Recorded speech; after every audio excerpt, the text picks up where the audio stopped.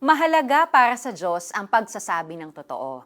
Pakinggan natin ang second to the last part of our series, Hate ni Lord Yan.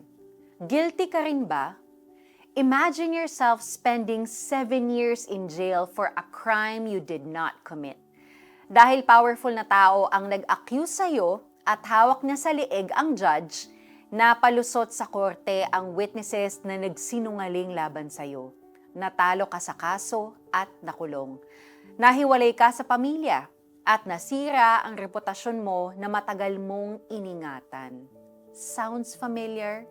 Totoong kwento kasi ito. Maraming buhay ang nasira dahil sa mga saksing sinungaling.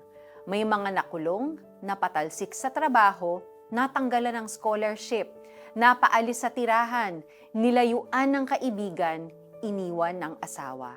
Just because someone lied about them with conviction and others believed the lie. Those who bear false witness against their neighbor are breaking one of the 10 Commandments. Inutos ng Diyos na huwag kang sasaksi ng walang katotohanan laban sa iyong kapwa. Although stated in courtroom language, maaaring i-apply ang utos na ito sa maraming sitwasyon sa iba't ibang aspeto ng buhay. When you say or do anything that misrepresents someone else, you are bearing false witness against the person. How about politicians resorting to negative campaigning to win an election? Gossip columns or social media posts maligning public personalities? Or sa kapihan ng mga marites na makakati ang dila kapag mga intriga tungkol sa iba ang pinagkwekwentuhan? If we are being honest, may occasions na maaring guilty din tayo dito. Paraphrasing theologian Walter Brueggemann, he gives this insight to Christians.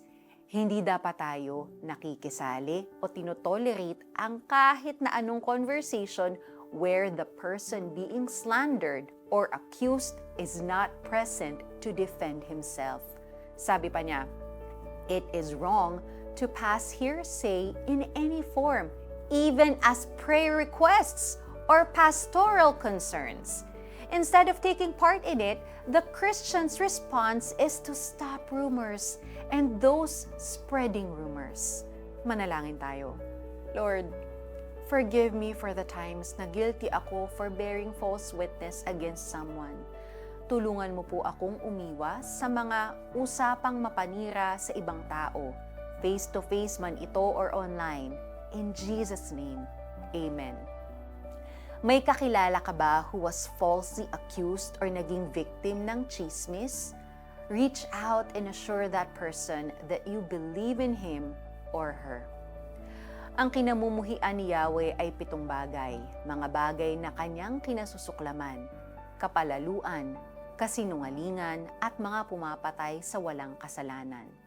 Pusong sa kapwa'y walang mabuting isipan, mga paang ubod tulin sa landas ng kasamaan, saksing sinungaling, mapaglubid ng buhangin, pag-awayin ang kapwa, laging gusto niyang gawin.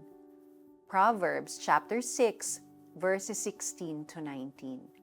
This week, we will pray that you will be a good witness to the goodness of God and that you will join us again tomorrow para sa last part ng ating series, Hate ni Lord Yan.